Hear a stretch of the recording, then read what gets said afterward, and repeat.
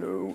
Good afternoon, ladies and gentlemen. Delighted to welcome all of you here and to all of us who are watching online, to our friends in the press.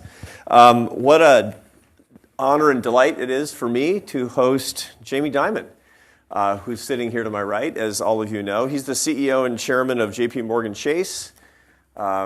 He oversees, it's funny, there are days when I feel sort of feeling sorry for myself, because I have 280 employees and a budget of $50 million.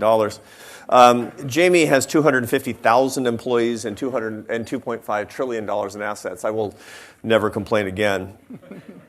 He is an entrepreneur who has truly, embodies the spirit of something we talk about a lot at AEI, which is to live a startup life.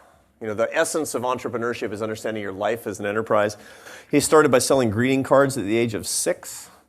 And by the age of 40 was one of the preeminent chief executives in the United States, a place where he's remained and enhanced his reputation, not just as somebody who's a visionary in business, but also somebody who's a true idea person, a man who understands policy and wants to bring better ideas to policy, things he learns in business and things that he observes around the country, and that's what we're going to be talking about today. So I'm delighted to have you, Jamie. Welcome to our stage in the new AEI building. Thank you for having me here. Folks, thank you. Yeah. You know a lot of people here, and we can't see the people who are watching us online, but we have a big audience online. And a lot of people have been very interested in a lot of the things that you're doing, because you're spending more time in Washington, D.C. Why are you coming to Washington so often these days? Well, first, I always came to Washington. Remember, I have my regulators down here, of which I have many. And obviously, we do stuff in the Senate and the Hill. Some of his best friends. And the administration. And I also became the chairman of the Business Roundtable. Yeah. So, which is 200 of the largest companies in America. It's an advocacy group around policy. Immigration, trade, taxation, corporate governance, work skills initiatives. And I agreed to do that because I think it's really important for the future of America we get those policies right. So the BRT, the Business Roundtable, is not something that people typically associate with policy. They think of it as an industry trade group to promote the needs and interests of business per se. You do see it differently. Why do you see it as a policy group? Yeah, because remember, industry, first of all, there's 7,000 lobbying groups here in this town. It's like 7 million, I think. Everybody, yeah. And the fact is, every group has its own. So life insurance has its own, manufacturers have its own, motion pictures has its own. But this one the purpose is broad public policy. Taxation, immigration, trade, smart regulation, corporate governance, things which I think are very good for the future of America, very good for growing it. And we try to be not parochial. So we're not trying to fight for bank regulations. I've never spoken to the group about anything about bank regulations, about those other policies. What's good for America, why we should get those policies done, how we can get them over the hill. So tell me, what are the big policy issues that are front of mind for you today? And I'm going to walk through a whole bunch of them, but tell me the one that's keeping you awake at night the most. Oh, what's keeping me up? I'm going to put immigration on that because I think it's kind of tearing us apart. I think we'd be growing faster, we'd be a happier nation. I think most Americans actually agree. We should have merit-based. If you get an advanced degree here, you get to stay. Some path to citizenship for law-abiding, tax-paying, undocumented. And I think most Americans actually agree with that. We need border security. I think it's a statement that we haven't really had good border security. I don't know if that means a wall. I'm not an expert. But I think the American public needs to have good border security. And the last one I say is cultural. There's this kind of fear in America that immigrants are coming here to change America, not coming here to be American. So, my grandparents are immigrants. I'm sure a lot of people here, your grandparents, great-grandparents are immigrants. They came here to be American.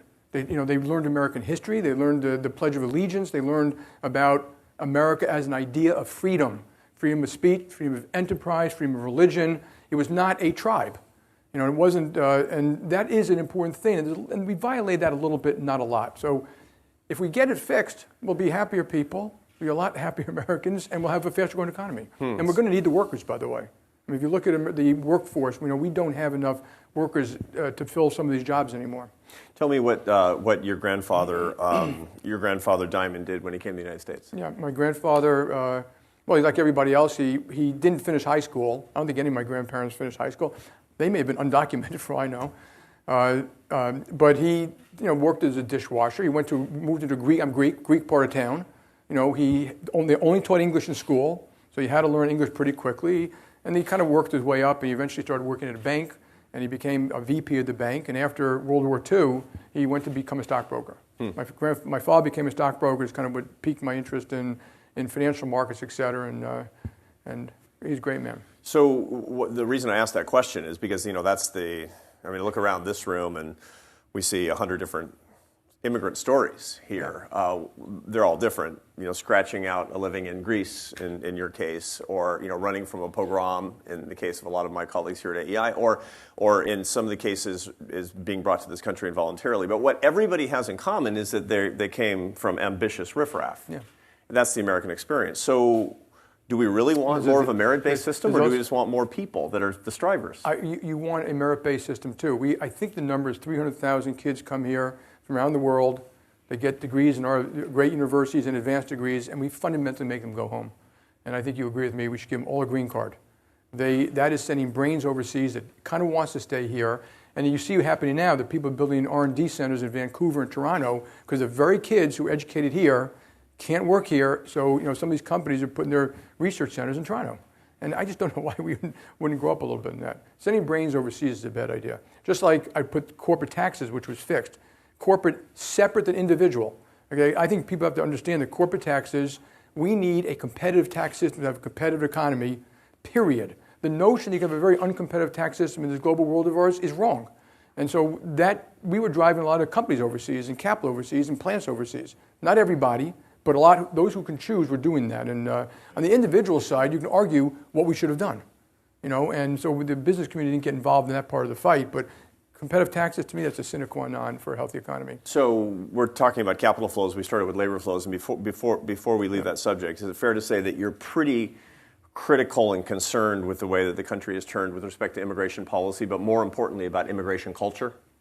Yeah, I think the culture is an issue, and I hope President Trump. I've been with President Trump when he says, I want to do the green cards. I want DACA to stay. He also says, but I want the wall. And so that's the politics of immigration. I'm not that interested in the politics. I think we should treat the 12 million people here who are tax-paying and law-abiding properly. Path to citizenship. It's a long path. They have to basically get to the end of the line. Give them legal status, keep DACA, do merit, and I think we'd just be a better nation. Guest worker program. Absolutely. Okay, so let's get back to tax reform. We just started on that, and that's a path that we do need to go down. It's been 6 or 7 months since we had tax reform in this country. It was a happy day around AEI in no small part because a lot of the ideas that went into the tax reform legislation were hatched by economists here at AEI.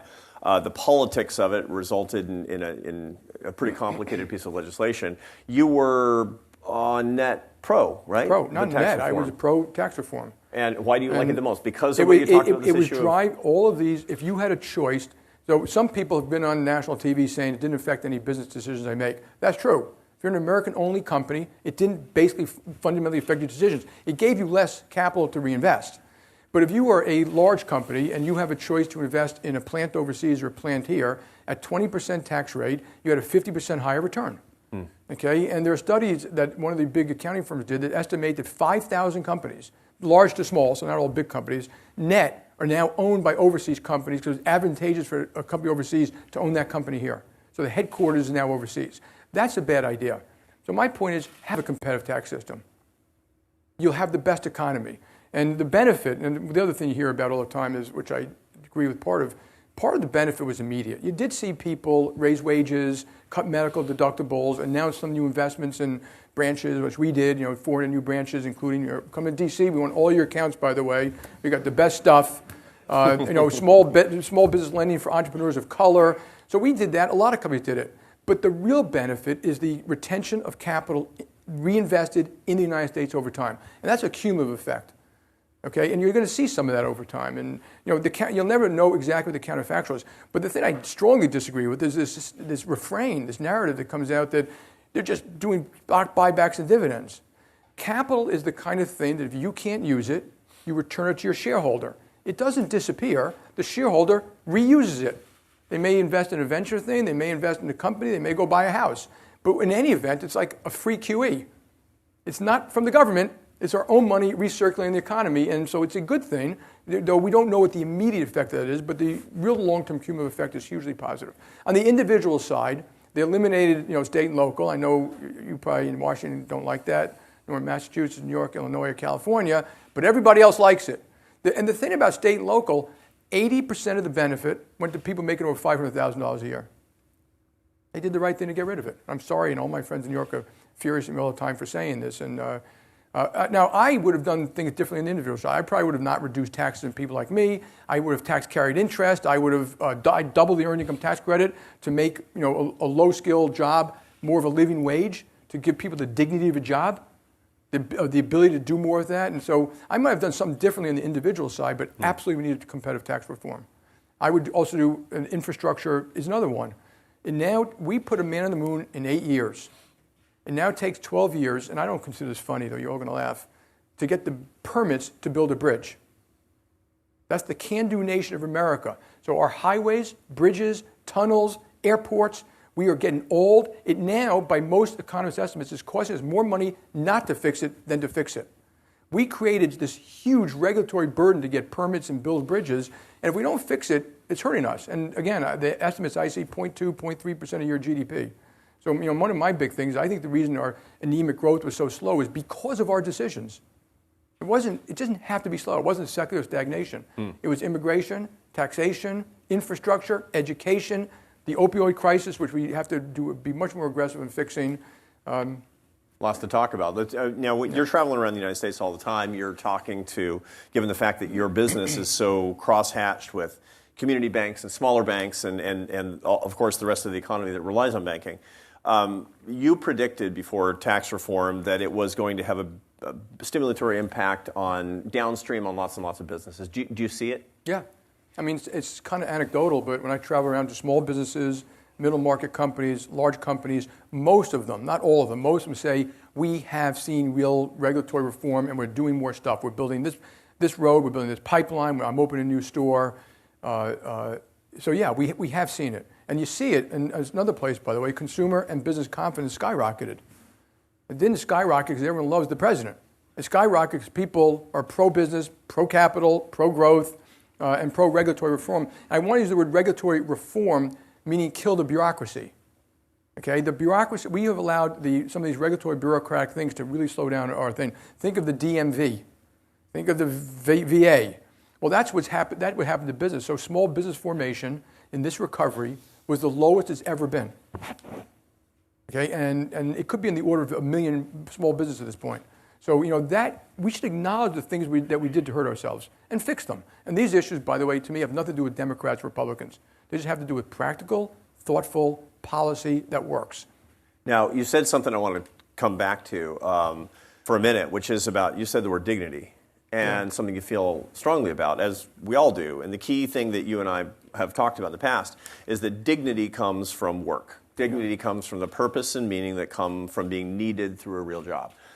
Tell me what we need to do in this country to actually get more people not into fake jobs, not into make-work jobs, into real jobs in the real economy, such that they can support themselves and their families. Yeah, so I believe in healthy, safety, social net for those who need it, all poor, disabled, et cetera, and there are some. But I also believe that a lot of, we do transfer payments, a lot of them, that doesn't necessarily make you happy. And so a lot of the folks who would prefer to have a job, people, the common notion is the job is bad. Most people have jobs like their jobs. They learn. They learn how to do things. If we diminish like the burger flippers, well, that's the person's started job. Then they go to the second job. If you go to most of the fast food places, the assistant managers and the manager started that way. And they're proud of what they did for themselves. So I agree, we got to get the kids jobs. So how do you get jobs? A healthy economy. So focus on how you grow the economy. You can always tax people differently, but focus on the things that grow the economy. And then skills. So the skills take place at high school. So there are high schools all around which do this. Kids learn, they go to high school, but they also learn how to maintain a car. They leave $45,000 a year, and they're quite happy. Okay, they could still go into college. So whether it's high schools, community colleges, et cetera, preparing kids for jobs, and there are lots of jobs out there. Nursing, coding, maintaining equipment, logistics, supply, customer service. Sales is a job. You can learn how to be good at sales or something like that. And so we don't do a good job. Again, America used to be one of the best at that. Plumbers, electricians, vocational schools, community colleges, and we lost our way for a lot of bureaucratic reasons. Like a lot of the people who teach at these schools, it's all about college. And college has its huge benefit, but what the unemployment rate is, I think in Spain and Italy for men, 20 to 30 or something like that, it's like 15 to 20%. Okay? And Switzerland is 2%. Because in Switzerland, these kids go on to learn a skill with real paid apprenticeships that work for the businesses and work for the kids. They can still go into college. Okay? So something like 70% do that and 30% go to college. It's not that different you have in the United States. And they just do a better job at getting people involved in the workforce. And every time we get kids, we go to inner city schools. We have this program called TFI. We go to inner city schools. We do this with minority men, not women, who are in trouble. The kids who may not make it out. They have problems with family. They have problems with education. And we started this program. We give them a mentor, apprenticeships, training to get them into college and to get them through college. And I've been to one of those graduations, and usually a single parent is crying. One of the kids got into Princeton or Harvard or one of those, and they have dignity. You know what they always tell you? They didn't know working in a company would be fun. They didn't know that executives make jokes. They thought it was going to be a very militaristic thing that'd be really unpleasant all day long, and it's not. Most people like going to work. It's like work is like The Office, that comedy show. We do have a few yucks. One thing a little bit of data that reinforces your point is that most people think that they enjoy their jobs, but they assume that most other people don't like their jobs. But the truth is that 89% of Americans like or love their jobs, and that does not depend on college attainment, and it does not depend on income. Which means that it is sort of disrespectful to say that poor people's work is somehow a punishment, poor people's work is somehow a bunch of junk jobs. The first rung of the ladder is still part of the ladder, is I think your basic point. So now you know who's the best job training these young kids? The military. Yeah. Right? They shave them, they teach them teamwork, show up on time, logistics, communications, and when they get out of the military, they're all proud, and they know what to do. They want to work as part of a team. You know who does the second best job? McDonald's. Same thing. And they have that great commercial on TV now. So if you hear me, Steve, I'm bragging on you. But, that great commercial saying the best first job. I mean, and it could be because it is that first rung. I like that shaving them part. We're going to start that at AEI. I hired a barber. So when we talk about the military or McDonald's, and you're talking a lot about skills. I know you care, you're passionate about this, as a matter of fact. Vocational, technical education, maybe a national apprenticeship program. Wouldn't it be fantastic? The point is everybody needs more skills when they come out of high school. But I think that we both agree that not everybody needs college. Yeah. One of the biggest problems that we have is this college for all mentality, notwithstanding the fact that it's fantastic. It's an amazing leg up for so many people. But I know you and I have talked about this in the past, that too many people go to college because they feel they have to, as opposed to going to work. And we have a society that rewards college that should be rewarding skills and experience. So here's my question. You have 250,000 employees. What could you do to show the rest of the country that people can earn their success through hard work and personal responsibility and merit and skills training without going to college? So here's a mistake I think we made, and I think a lot of companies make, because it's easy for us to do. College degree required. So it's like a screen, and it makes a lot of sense. But a college degree is not required for a lot of things that you do in a call center or teller. And when you start as a call center teller, it doesn't mean you can't go to college later. It just means you have a choice. And there's this. It may even be true, by the way, that the kids who go to college, they become a teller. We have high attrition because that's not what they aspired to do.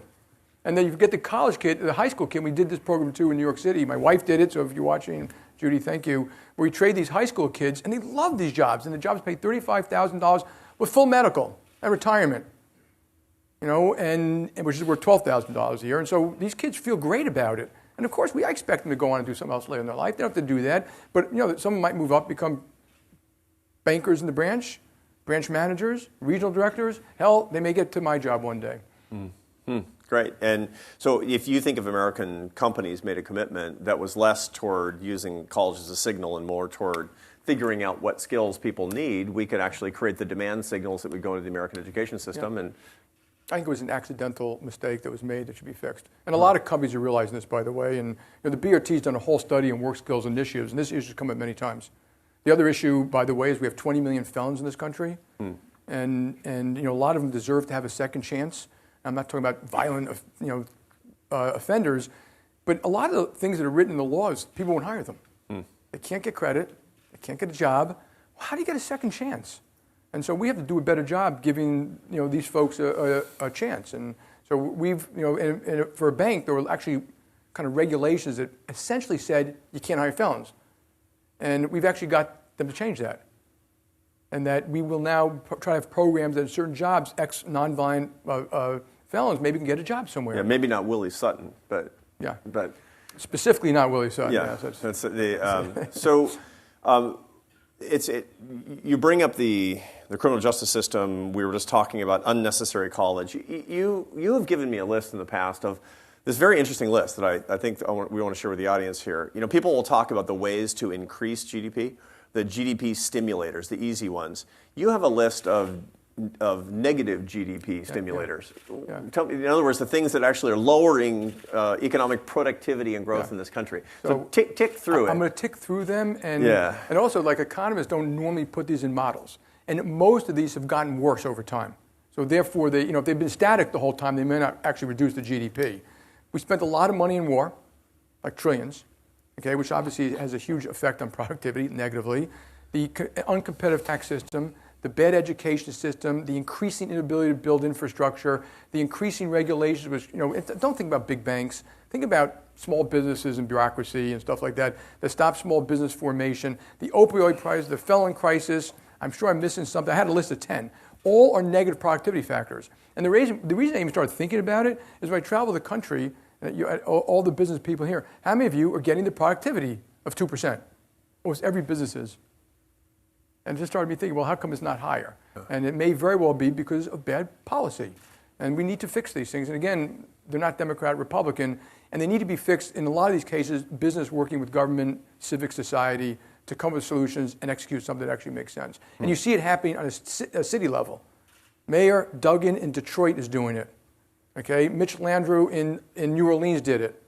Okay, Rahm Emanuel in Chicago did it, where they're actually changing things at the ground, working with business, schools, how they do the jobs to help make their economy work better. So a lot of the experiments that happen in the city and are working. Fallows, who wrote for that great article for the Atlantic, traveled around. He went to small Midwestern companies and was kind of surprised to find out how many are thriving. The opposite of what you thought. And it was anecdotal, but he went to like 50 cities, and he started to say why. And it was usually because the mayor only cared about helping the city, not necessarily the next job.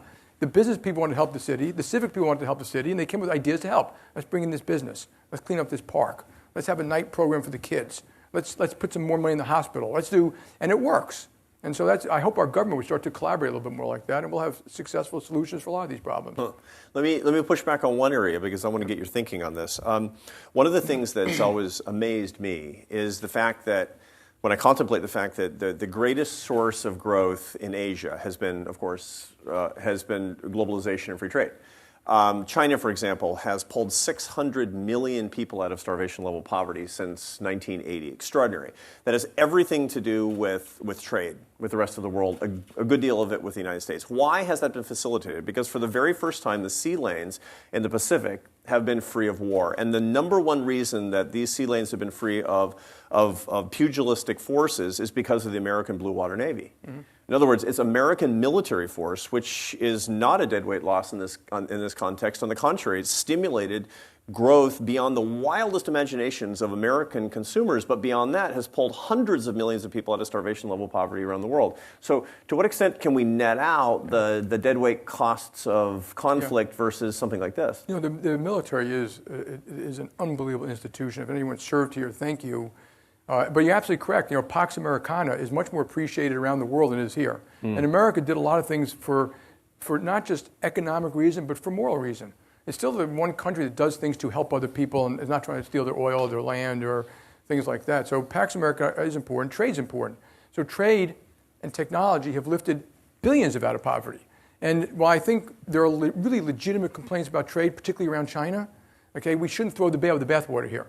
And American leadership is also really important to maintain a really healthy global economy. So let's stay on China for a second. You're a China bull, right? Generally, yes. Tell me about that. Look, China, you got to be, I say this respectfully, okay? America has all the food, water, and energy it needs. Very peaceful neighbors, Canada and Mexico. We haven't had a war with either one since the Mexican-American War in 1848. Okay, China does not have enough food, water, and energy. Its neighbors are really tough. Russia, Vietnam, India, Pakistan, Afghanistan, Korea, Indonesia, Philippines, Japan, who are quite worried about China, by the way. And so they still have 400 million people living in poverty. They don't have our institutions. They don't have a rule of law. They have very high corruption levels. That's why they have to have all this market reform. But the leadership, starting 30 years ago, started to look at what the rest of the world was doing, like Singapore in particular at this time, and said, well, we could do that and lift up our people. So they had a long way to go, and it's much easier to start your economy to grow it to 10,000 from $60 a person to 10,000 GDP. And so they're quite smart. They want to lift up their people, as should any leadership of any country. They're very thoughtful about it. They've built institutions, education. They started reform, markets reform. Like they would die to have our market reform and the innovation and growth and low corruption and high transparency we have in this country. It's just going to be a long time to get there. So this isn't like they're going to win automatically. They have to do a lot to get even close to having the prosperous economy we have here today. Now we shoot ourselves in the foot sometimes, and since they can macro-manage, they can take decisions that are very hard to take in democracy. And they have huge issues to overcome. Burning out their democracy, eliminating corruption, creating a more efficient economy. Think of the state-owned enterprises. I do think the more likely outcome is that 30 years from now, they will house 40% of the Fortune 1000. They already have 20%. They're graduating, I think, 5 times or 10 times more STEM students a year than we do. They're sending a couple 100,000 students around the year and paying for it and bringing them back, so they have a more educated population. The odds are they'll do quite well. But the one day they'll have serious bumps in the road. It won't be like the last 20 years where had 10% growth without any stumbles. They may very well have stumbles, like the rest of us have had. So how would you manage our trade relationship with China today, given all the things that you've just said, and given the fact that we have, obviously there are some difficulties with it right now. How would you do it differently than what we say? The BRT has spoken to the administration and the president directly, myself directly sometimes, about the issues, and you hear about them. But I think there's much more detail. Tariffs, non-tariff barriers are just regulators stopping things in law that you get the right to do it, but there's no way you can get this thing shipped in. And non-reciprocal investment ownership, we can't buy 100% of a broker dealer over there. They could buy 100% of a broker dealer here. That's true for 100 industries, by the way. And then I think it's a little overblown state-owned enterprises and support. So they have this industrial policy. It's nothing wrong with having an industrial policy, but the fear is they're using their money, subsidies, to the state-owned enterprise to dominate global industries. That would be a problem. So if that's true, that would be a huge problem. So our view is huge issue. The president raised it. We would have done it differently. So the method is different. Our view is you should have gotten Mexico, Canada, Japan, Europe, which they may be doing now, Korea, have a common view of how the world trade system has changed a little bit, and then go see Korea, not nasty and not against them, saying this is the standard we should all upheave. We should update WTO, we should update IP laws, we should update state-owned enterprise laws, et cetera, some of which are not dealt with in the WTO. Okay, so the president's also right to say the WTO is antiquated. It is. So let's fix it. But I think we thought it would be better than tariffs. And the fear of tariffs was always that it would be tit for tat, which is very predictable, and it just creates the chance that something goes south. But, I hope it works. And the president said it worked in getting NAFTA done, and God bless him. We wanted a NAFTA deal. We wanted the deal to get done. How you get it done, and, obviously the method might be different. So, but it seems like he's now trying to get the ducks in a row with the other partners before he goes to China, which is what I would do. And then be just very honest with China. Tell them what you want, how you want it, when you want it. Listen to what they have to say, like in any negotiation, and come up with something that works for both parties. So you are optimistic about the trade policy with China the way that it's going so far that you've seen? I'm optimistic. I think the odds of a policy error are higher when nations start to get angry at each other. So therefore, the indirect effect of confidence, capital, stuff like that could actually mount and reverse some of the benefit we've seen from tax reform and regulatory reform. But I don't know. I mean, it's a different way to go about something, and I hope he succeeds. Yeah, and you also are more in favor of multilateral trade agreements as opposed to the bilateral approach the president's taking? You could do either and make them good. So I'm not for one or for the other. So obviously multilateral, I can do a great deal with you. But I'm bilateral, but multilateral you can do the same thing because what you're giving away and you know what you're getting. So whatever I give you, I'm maybe giving to 10 people, but whatever I'm getting from 10 people. And so it'll be slightly different deals. It might be less complex than having to do 10 separate ones, and we put them all together. I'm not sure you're better off or worse off. Huh. I want to change a little bit. We've been talking about policy this entire time. The thing about which is great. TPP was also geopolitical. It wasn't just the trade policy. It was America and its allies setting kind of how commerce should take place with standards that we all believe in, around some of the rules I just talked about, some humanity standards, some pollution standards. And so I think it would have been good, and maybe one day they'll revisit that. So how long have you been CEO? Well, I became CEO of Bank One in 2000. We merged with JPMorgan. I wasn't CEO for 18 months. So since 2000, 18 years minus 18 months. Okay, and you've had every year more employees and a more complex organization. You've seen a lot in the policy environment. You've seen a lot of disagreement. Let's give some advice from arguably America's most successful CEO to Washington, D.C., which is not getting along at the moment. Let's talk a little bit about how you have actually been able to find cooperation and consensus in a highly combative environment, which is the banking sector in a very large and complex organization. What are some principles of leadership that Washington needs to learn from corporate America? I wouldn't say all of Washington, because I think, and thank you for those not kind words. Look, my view is, I run JPMorgan Chase, and so we go see everybody all the time. And I've never said, well, I don't like them, and I don't like this one policy they have. We got to see them. We see presidents and prime ministers and ministers of finance around the world, and just try to have a conversation, understand their point of view. Tell them if you think they're wrong or why. Sometimes, every now and then they say something that's really smart, and you go back and check, and there's a better way to do it. So we try to be very open with everybody. We have a lot of really good people involved in policy. Democracy is tough. The politicians. I know what my job is. Politicians by their nature have to compromise. That is what a democracy is. Say, okay, well, I don't want to put that highway there, but I'll put it there if you build the school I really need. There's nothing wrong with that. There is no other way. That is what a democracy is. And that's what they try to do in Congress. I think when they become very partisan, it stops good policy. I don't care that they're partisan. I care that we're not getting the good policy which hurts the average American. And it hurts the average American much more than it hurts me. And so, to me, it's like we should find common ground. I think people should have dinner together.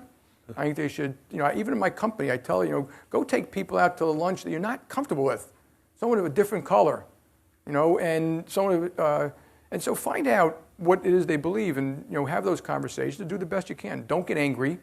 Most people have their own. They all are I think are in the interest of what they want for the United States of America.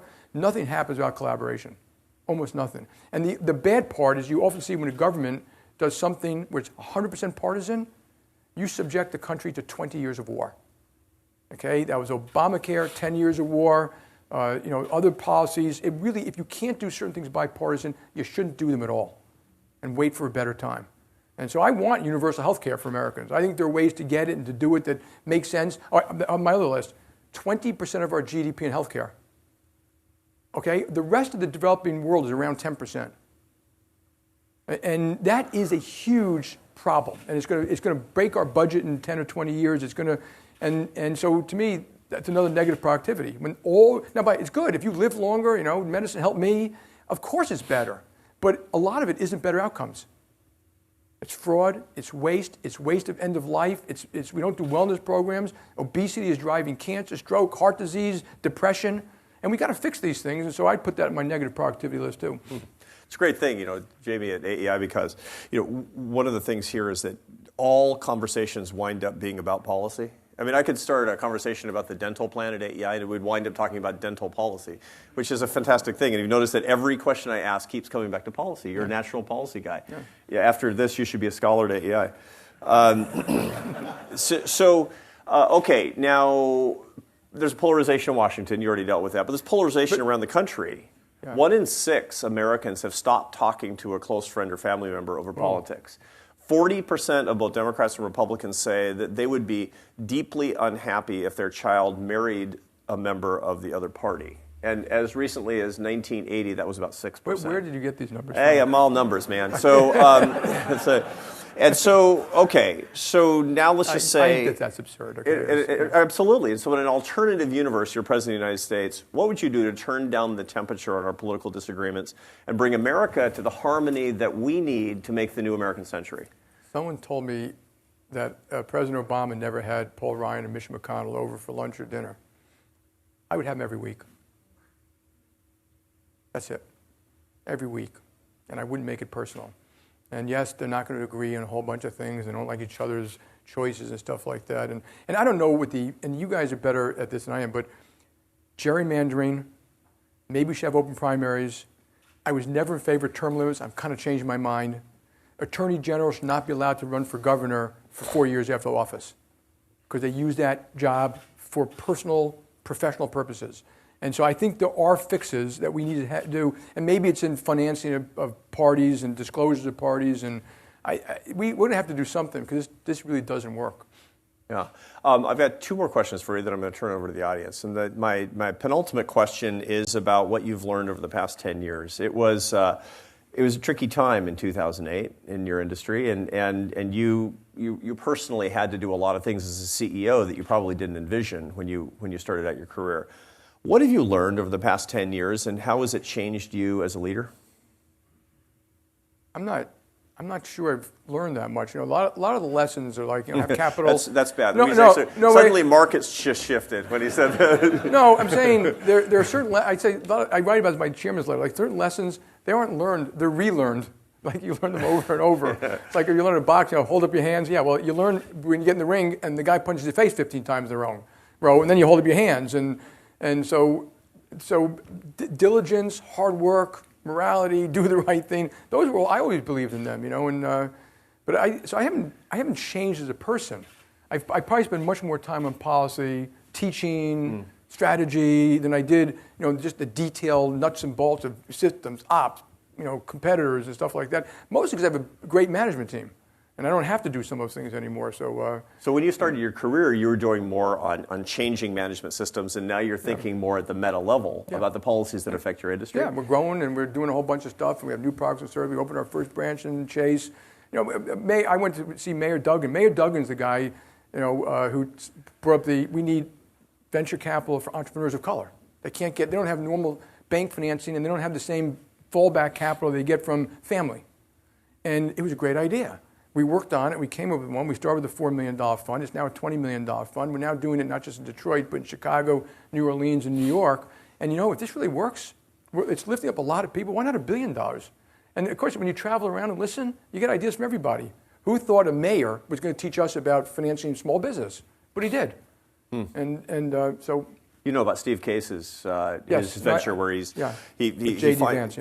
finds out that Steve Case, our friend who he's been at AEI many times, that 75% of venture capital goes to 3 states: California, New York, and Massachusetts, and about 2%, 1.5% goes to Pennsylvania. Well, Pennsylvania's got these 2 huge cities and lots of towns in between. It's got Carnegie Mellon with all the AI. Yeah, but this is not a tragedy. This is an opportunity. And this is something that you've emphasized, and I've heard when I've interviewed you or when we've spoken in the past, that in the key things, and it seems to me a leadership lesson from Jamie Dimon, is look at all of the bad things that are going on. That's your opportunity set. Yeah. Is that right? Also Always. In policy? Yeah. We're coming in, it's a microcosm. We're coming to D.C. So it's not just, we're already here in investment banking. We already bank the governments. We're already here in commercial banking. We're already here in private banking. The regulators, for some reason, didn't want us to open retail branches. But we opened these retail branches, which are, I think they're going to be 50 up to 70. You're talking about 500 jobs directly, another 1,000 indirectly. But in those branches, small business lending, entrepreneurs, we're going to put some of the branches in wards 6 and 7, 7 and 8. So we're going to try some special financial education in some of those branches. We're going to do small business lending, affordable housing lending. We'll do more philanthropy because we're here on the ground now. And yeah, you help lift up a community. If we do a good job, it's going to help lift up Washington, D.C. Last question before we turn over to the audience, so get your questions ready. So you've seen a lot in the last 18 years as CEO and in a long career, even before that. Every leader has made mistakes and has learned from those mistakes. Tell me the biggest mistake that you think that you've made as a leader, and what did you learn from it? I've made so many that it's amazing, okay? And if I write a book, one of the books I should write should be my biggest mistakes, and it'll be a long volume. But you learn. So I'm going to tell you the nature of the mistakes more than the mistakes. Any decision made out of anger is wrong. Okay? I don't get that angry, I don't yell a lot and stuff like that, but if you feel that welling up inside of you and you say, I'm not doing that, you're probably making a mistake. Any decision made on a Friday when you're tired is wrong. Any decision... Takes Fridays off now. Yeah. No, but the biggest mistake is you don't have the right people in the room. the chance of making a mistake, I don't sit there and I guess sometimes. We get real smart people. We work the issue. We work it, and you're much more likely to make a better outcome. You get the right people in the room, and work it. There are solutions to these. Work it a second time, work it a third time. So, and obviously the biggest mistake of all is when you have wrong people. And when you didn't thoroughly vet the person or you gave them responsibility they weren't entitled to, that hurts you and your company more than anything else. And that's a multi-year setback. It takes a while to figure out who they are. I always tell people bullshitters are pretty good at bullshitting. Some have been practicing for 25 years. But you get a pretty good radar for it. And then if they're there, and then it takes a while before people tell you, Jamie, this is not working. And that could be another year, and then it takes another half year to find someone. That's 2.5 years of damage and lost time. And so, the biggest one is be thorough on how you people. And I learned, and I maybe didn't always do it as younger, don't necessarily promote people that you wouldn't work for. If you wouldn't have your kid work for the person, or if you wouldn't want to work for the person yourself, why are you giving them the bigger job? And yet there's this huge temptation, they're the best salesman, they're the best this, they've been pounding their chest, or quote, they deserve it. They've been there long enough, they deserve it. And that's a terrible thing, because very often it's not true. So you have to be very thorough on job promotions, hiring, stuff like that. So people are everything. Obviously, in banking, people are everything, but people are everything every place. In life, people are everything, because relationships are what matter the most, the ultimate resource. What's the bigger mistake? Is it hiring the wrong people, or not parting ways quickly enough when you realize somebody is the wrong person? Both. When you make one, you tend to, it leads to the other. And being blinded, like we interview people now, we have a lot of people interview them. Sometimes I may be good at what I do, but I may not be the best interviewer. I really like you. I love talking to you. Instead of saying, can you do the job? Yep. Some of these jobs are big, tough job, front to back. It's like running a big machine, and you think the person might be good at it, and they're not. But they're going to be good at it as empathy jobs, sales or covering people or policy jobs and research. And there's nothing wrong with that, but you make mistakes like that, and it's hard. But over time, you get much better. We have exceptional people. When I travel the world, we have senior country officers in 50 countries. We've got investment bankers who are respected by the clients. We've got retail banks where I go in and the clients just tell me how great the branch manager is. Our branches serve doggy bones to dogs. People go just to get the doggy bone for their dog. And someone said, Jamie, we could save money by getting rid of the doggy bones. I said, we're not getting rid of those doggy bones. The dogs like them, therefore the owners like them. And people visit the branch just sometimes for companionship. And so, but inside the company, every branch manager, every receptionist, every banker, the better they are, the better it's for everybody. And part of this is having the honesty, clean it up, people tell each other the truth. So you don't have this, a lot of companies, they're half politics. The enemy is the person in the room next to you, not the competitor. So this is an important thing, to having the energy doing the right stuff as opposed to the energy doing the wrong stuff. I'm going to turn it over to our friends here. Obviously, I could go for the rest of the time, but that would be the wrong thing to do. We've got mics, and we'll come out, and we've got, first hand I saw was right here in the center aisle. We got one right behind you, sir. If you can stand up and tell us who you are, and we can take it away. Lou Cordia with Cordia & Associates, and I appreciate your comment earlier that not everyone needs a college degree, but I suspect that your mid and upper level managers do have degrees. So my question is, do you have a company program that helps them, your employees, get a better education while they're working for you? Yeah, we have tuition assistance and programs like that. We also spend, I forgot the number, but $1 billion a year training our own people. So, you look at these big institutions, we bring in 40,000 people a year, we train 40,000 people a year, we probably train another 40,000 to move up to another job. We send them back to school, we give them medical benefits, we give them Pilates and massages if it makes them happy. We do all these things, and we pay them well. Our lowest starting wages are generally $16. And so and I'm not just speaking for my company. We do a lot of stuff. Are you doing the massages, by the way? I always said that as a joke. And I walked into our headquarters the other day. It was Employee Appreciation Week, and there were like 50 people giving massages to our employees. And they might have done that to make me, I'm not a liar. But I'm saying we want to take care of our people. We move around the world. We take care of their families. We give full benefits to them. And so we go out of our way, and tuition assistance is one of them. Right here in the back. Yes, ma'am. Good afternoon. I'm Karen Alston. I'm an entrepreneur. I own 2 businesses. And I'm going to ask a question, but first I have to say that you need to add JPMorgan to that list, Because I came straight out of undergrad to work for JPMorgan on Wall Street, ended up in private client. It was the best training I've ever received, and it had helped me with my career going forward. Thank you. And tonight, I'm attending a Black Female Founders Dinner that JPMorgan is hosting here in DC. So here's my question. If I wasn't doing something, I would have gone to that because I love those things are so much fun and you learn a lot. Oh, I'm so excited for it. Thank you. Thank you for doing that. So we're 10 years out of the financial crisis, and I wanted to get your feedback on that, but more importantly, we're at a place where more hedge funds are owning our traditional corporations, and I wanted to hear your thoughts on the hedge fund industry buying more traditional corporations and what that means for the American worker. So put this on your list of negative productivity is the things that are going on in corporate governance. I believe in good corporate governance, transparency, openness, active boards and stuff like that. But we've gone from 8,000 public companies to 4,000 public companies. And I'm going to put on the list of why that is. And again, people study this, but I don't know exactly why. Capricious and arbitrary litigation. Being in the public eye means you're constantly being attacked by various entities and stuff like that. Frivolous shareholder meetings. So we have, look, I love my shareholders. I speak to them in various forms all the time. But the shareholder meeting has become a farce. That's what it is. We all know that. And you know, social groups take on. I'm not against social groups, but you know, they get hijacked by that. So a lot of people don't want to go public. And then obviously regulations and all those things. They've changed some of those things. So I think having public companies is a good thing. Now, in some cases, okay, private businesses, you can get money longer. I think hedge funds and private equity are like other businesses. Some are good, some are bad.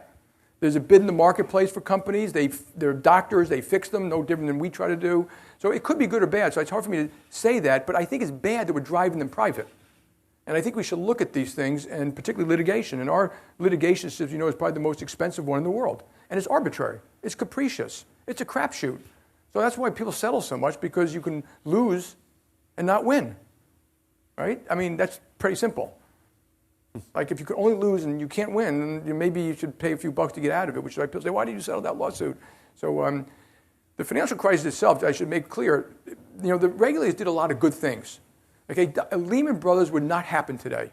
Lehman would have had 2.5 times as much equity, 3 times as much liquidity, 2 times as much long-term debt. The regulators have the legal authority to take it over now, which they did not have in 2008. And they have the knowledge to manage it. Think of an orderly management of a bankrupt company as opposed to you fire everybody. And for a financial company, you want an orderly liquidation over time. So you're not dumping assets in the marketplace. That's all been fixed. And even if it went bankrupt, which wouldn't happen, at the second of bankruptcy, all that debt would become equity. So like $120 billion debt would become equity. It would become the most over-equitized financial company in the world. All the derivative contracts would stay in place. They should take a victory lap. And so, those were important to do. And I think some of those, of course, some of it was overdone and needs to be recalibrated. But and there are things which I think damage. Like one of the ones, and you could put this on the negative productivity list. I should be lengthening this list a little bit. Mortgages. There are 3,000 to send you a bill. And you know there are 3,000 requirements now, and different in 50 states. We should have national laws. And because of that, it's really expensive to service a mortgage. Who pays for that? The customer, ultimately. And then also origination requirements, the same thing. Anyone got a mortgage recently? It's torture. You know, and who pays for that? And because the cost is higher, what happens to mortgage availability? It drops. And then because of litigation stuff, a lot of the big companies, the banks, pretty much got out of some things. So who got less mortgage availability? The young, immigrant, self-employed, prior default. The mortgages between $200,000 and $350,000. And you see it dead in all the numbers. And that one thing alone, our economists estimated that you could have had 300 or 400 million more mortgages a year for the last 5 years. That's $1.5 trillion net new mortgages. That's a lot of homes. And some of that have been new homes. And so, we did that to ourselves. And we should, I don't know what, they change it tomorrow. Now, the government is aware of this. And, the wheels of regulations are moving. But if you fix that, it would be good for America. And it does not add any risk. The people who own that, insured, et cetera, it will be fine. Our friend Peter Wallison stepped out right before this answer. Oh, yeah, well, he knows it better than anyone. Well, he really, he knows it well, and I think agrees with every word. Who's next? Next hand up. Yes, sir. Clay Fulton up in the front row.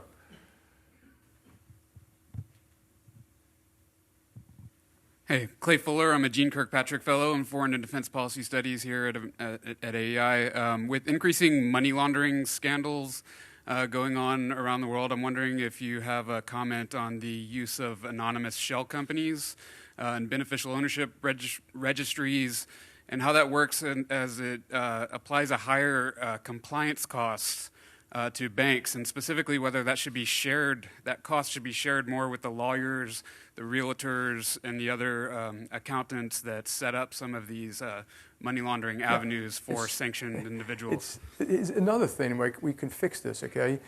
So the cost is enormous. And then we torture the clients, KYC, files, documents, every subsidiary, the officers, the rights, and it goes through, every time you swipe that card, every time you move money, it goes through 50, 70, 100, maybe 1,000 algorithms to make sure it's safe. And we do this with companies, and who are they, and money laundering, and did the small business grow too fast? Is it too much cash? How come they did this? And so if you have a hairkeeping shop, and you went from 800,000 to 1.6 million of additional revenues, and it was all extra cash, that would trigger stuff. Okay, so anything gets triggered that hits these things, and we report to the government. It's called SARS. I forgot what that stands for, but it's basically when we have suspicious activity report. They get 200,000 a year from us and probably 2 million a year from everybody. But the banks can't share it with each other. I don't know why not. Why the government should be able to share it. The laws are written in such a way that we create huge bureaucracy around it. So I think this is a great example. You can capture more bad guys and reduce the cost in the system. And by some countries, in the United States, one of the biggest things, and you mentioned is KYC, all these shell companies. In some countries, when you file a corporation, you have to state the ownership. Period. You're done with that one major issue. Here, you have to invest company after company after company, and God forbid you make a mistake, the penalty. So obviously all the banks want to do this really well. We don't want to help terrorists and money launderers, and every now and then someone's going to slip through the system, but there are better ways to do it. And again, the government is working on this. But it's just another one of those things we just don't get right. Another thing on the list. All right, right here, ma'am, and then we'll, Mike's coming to you. Thanks, and thank you for all the comments. Rebecca Arbogast from Head of Global Public Policy for Comcast NBC. One of the issues that's bedeviling all of us is issues of security and privacy that are, just in the pages every day. If you were king for the day and could do something that would actually get executed, what would you do to address those two issues? It's a huge problem. Not nearly as big as cyber. I mean, we spend $700 million a year in cyber. We're very protected, but our country is not. And again, the government knows this, but they got to move faster. Privacy is a huge deal. And so it's very simple in this one to say what the principle should be. The principle, and Europe did this, GPDR laws, that the customer should know what information you have on them, and that they should have the right effectively to delete it. And those principles sound great. But in reality, the execution of policy, you better be really careful you write that, because it's really hard to show. I mean, these people have 400,000 data points on you.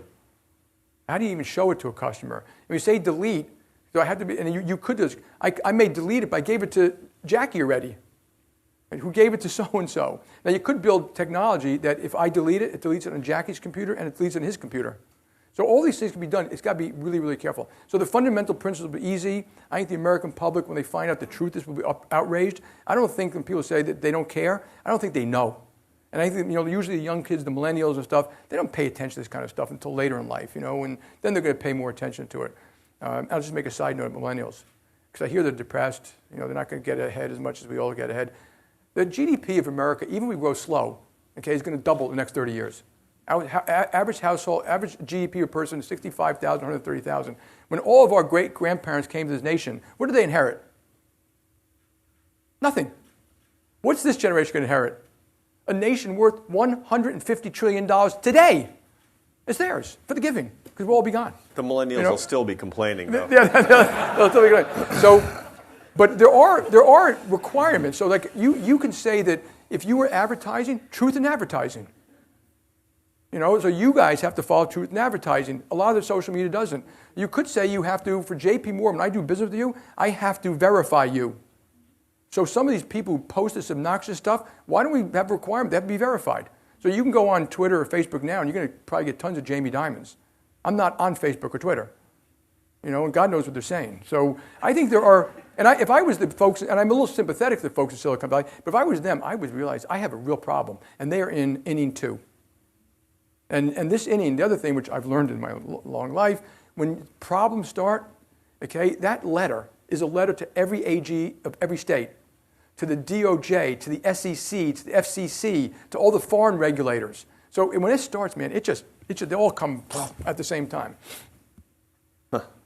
Okay, who's next? Yeah, right here on the edge. Hi, I'm a reporter for S&P Global Market Intelligence. I don't blame you. That could mean anything.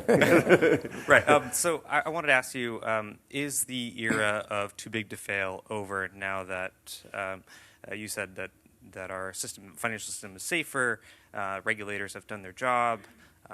What are your thoughts? Well, first of all, you're going to have a recession one day, and you're going to have a crisis one day. It'll be different than the last crisis. I'm not saying that because I want it. If by too big to fail, and you have to define that because most people don't know what that means, but if by too big to fail means that if you fail, the government's got to bail you out, then yeah, we're mostly done. And they can't unwind you because big companies will fail. Can they do it in a way that doesn't hurt you and that the taxpayer's not going to pay? That's been done. All of the money that's been paid out of the FDIC was funded by the banks. JPMorgan alone has put $10 billion in the FDIC to pay for failure of small banks. Okay, so the way it was set up, which is the right way, by the way, if there's a failure and the FDIC has to pay any money, they will charge it back to the remaining banks. So I think it's mostly over, but you should always be on the lookout for things that can cause problems in the system, things that that only governments can do. Business can't do. So cyber might be one of them. Not just for us, it could be cyber for multiple industries out there. So but it's over. And the issue now, you don't see the big banks talking about throwing out Dodd-Frank and reversing anything. There were 2,000 rules. A lot of these rules have calibrations. And all that needs to be done is coordinate and calibrate in the way that makes sense for the economy. That's all. Not to make banks so they can fail again. We have time for one more question, and then I'm going to send you all back to make a living. Here in the back. Hi, Jeff Zubricki with Walmart's public policy team here in D.C. Proud Chicagoan. I remember taking checks that my dad's business would have to First Chicago, then Bank One, and then to the bank today. Right. Can you tell us a little bit about when people think about banking, they're thinking about New York, they're thinking about financial centers around the world. It's inherently a global kind of element. But in that time then when you came back to Chicago and Bank One, some of the perspectives and lessons you've learned there and kind of how that kind of created the bank today. So basically, one of the things about banks, and I think it's sometimes a complicated thing. Unlike Walmart, when someone walks into Walmart and they have money, you sell them a good. Banks have a other job to do, which is proper allocation of capital. Half the time people ask for something, we say no. It kind of pisses people off. It could be a credit card. Even if we make a loan to a company, covenants is kind of like, okay, you're going to have to sell your Ferrari. We discipline, but you need disciplined capital. Undisciplined capital is what caused the crisis. Undisciplined capital is why countries don't grow, and the capital markets in general discipline. So don't think of just the bank, the capital markets, investors, hedge funds, activists. It's all part of a discipline to get capital properly allocated. But my job is the same as yours, and I think you guys are an exceptional company, which is to make clients happy on every interaction. So the people think banks are mystical, but they're not. And a consumer, we take your money, and then you can spend it with a credit card, debit card, check card. We give you alerts. We do online bill pay. We just rolled out, if you're a good customer, free trading of stocks and bonds. Huh? Did you hear that? Free. I mean, and so we want to enhance that experience all the time. So we're always enhancing it.